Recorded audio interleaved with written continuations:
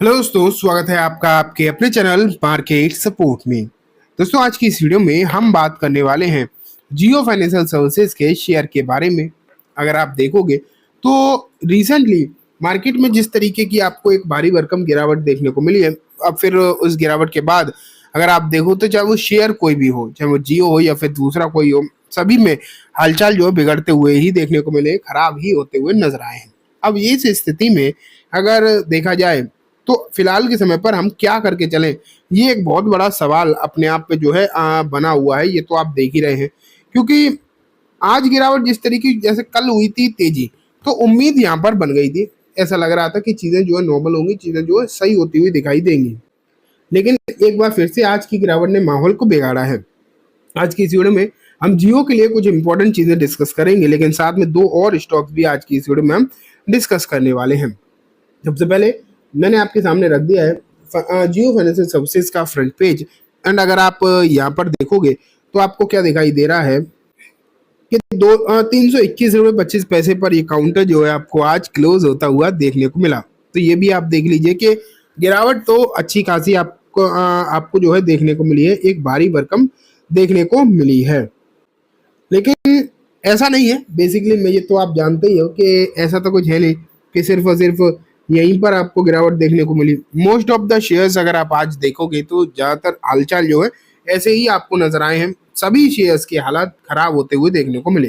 लेकिन हम पर्टिकुलरली जियो के बारे में डिस्कस जब कर रहे हैं तो पिछले एक महीने में आप यहाँ पर क्लियर कट देख पा रहे हो कि एक महीने में 4.5% के आसपास की गिरावट आपको यहाँ देखने को मिली है। एंड 6 महीने में भी गिरावट है। एंड एक साल में अगर आप देखो तो रिटर्न अच्छे है, लेकिन ऊपरी स्तर से ये शेयर लगभग 20-22% नीचे ही दिखाई दे रहा है। तो ये भी आप यहाँ पर देख पा रहे हो कि सिचुएशन थोड़ी सी ऐसी ही देखने को मिल रही है कि कोई खास अच्छा माहौल यहाँ पर नहीं बनता हुआ देखने को मिल रहा। ठीक है, लेकिन बात यह है कि आगे की स्थिति किस तरीके की हो सकती है, ये एक इम्पोर्टेंट सवाल अपने तौर पर बना हुआ फिलहाल के समय पर नजर तो आ ही रहा है।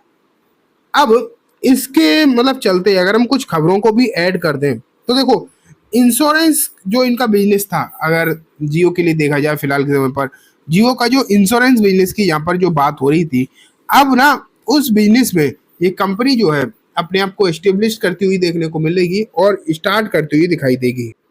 अब जो है कुछ खबरें इस तरीके की निकल कर आ रही हैं जियो की तरफ से कि ये काउंटर अपने जो नए बिजनेसेस हैं, जैसे कि मैंने आपको पिछले कुछ दिनों पहले बताया था अलियांस वाला बिजनेस जो इनका था, वो बिजनेस जो है अब जल्दी आपको स्टार्ट होता हुआ देखने को मिलेगा। लगभग लगभग उस पर जो अगर आप देखो तो उस पर जो बातें चल रही थी वो फाइनल स्टेज में अब पहुंचती हुई दिखाई दे रही हैं। एंड अब अलियांस वाला भी मतलब अलियांस के साथ इनकी जो टाइप जो जॉइंट वेंचर की बातें हो रही थी वो अब शायद जल्दी ही आपको कंप्लीट होती हुई देखने को मिले। एंड इनका जो इंश्योरेंस बिजनेस है बेसिकली वो भी हो सकता है आपको जल्दी स्टार्ट होता हुआ नजर आए। लेकिन दोस्तों उससे पहले मैं आपको आगे की चीज़ें दिखाऊं उससे पहले अगर आप देखो तो एक डेटा जो है मैं आपके सामने रखूंगा। एंड ये डेटा है पिछले महीने का, मतलब अक्टूबर का।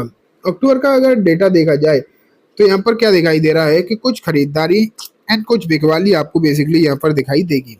लेकिन शुरुआत अगर हम करें तो यहाँ पर देखो क्वांट की तरफ से यहाँ पर एक खरीदारी आपको देखने को मिली है।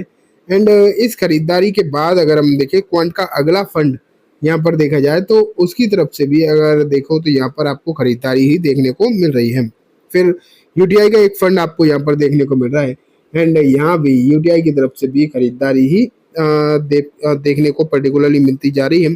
फिर अगर हम देखें एक और यूटीआई का फंड है तो यहाँ भी खरीदारी आई है। एंड लास्ट में अगर आप देखोगे तो एलआईसी का फंड और है।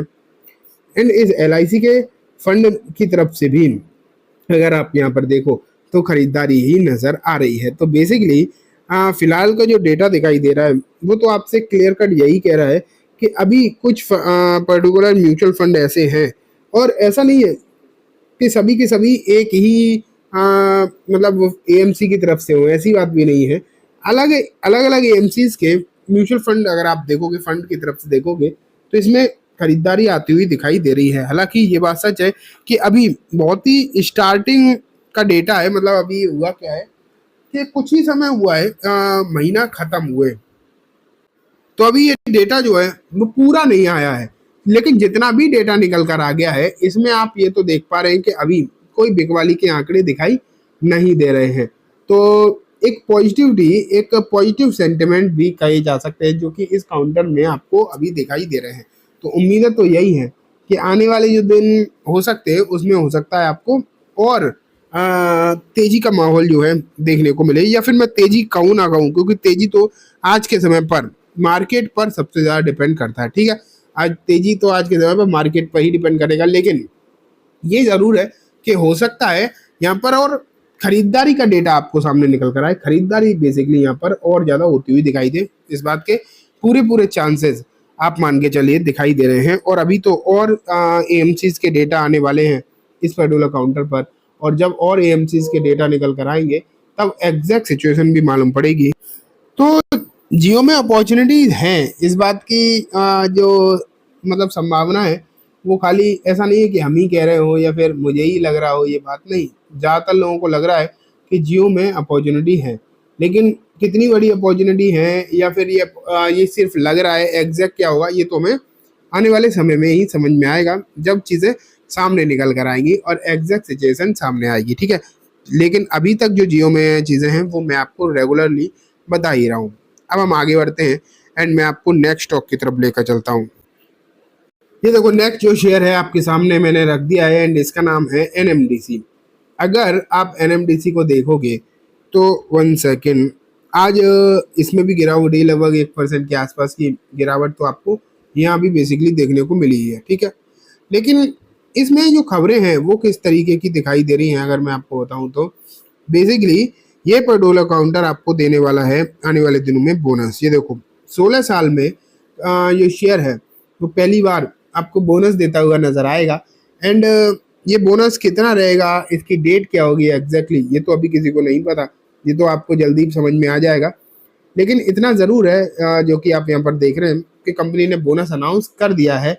एंड जब बोनस अनाउंस हो ही गया है बेसिकली तो जल्दी आपको बाकी की डिटेल्स भी मालूम पड़ जाएगी।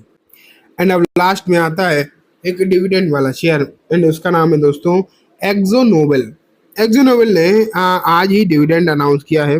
एंड मैं आपको अगर दिखाने की कोशिश करूँ यहाँ तो एग्जैक्टली दिख नहीं रहा, लेकिन मैं आपको बता देता हूँ कंपनी ने 70 रुपये पर शेयर का जो डिविडेंड है अनाउंस कर दिया है बेसिकली। ठीक है, अब ये डिविडेंड इसकी जो आगे की डिटेल है वो भी आपको जल्दी समझ मालूम पड़ेगी, लेकिन फिलहाल इतना है कि यहाँ पर डिविडेंड अनाउंस हो चुका है एंड कितना हो चुका है ये मैंने आपको बता दिया।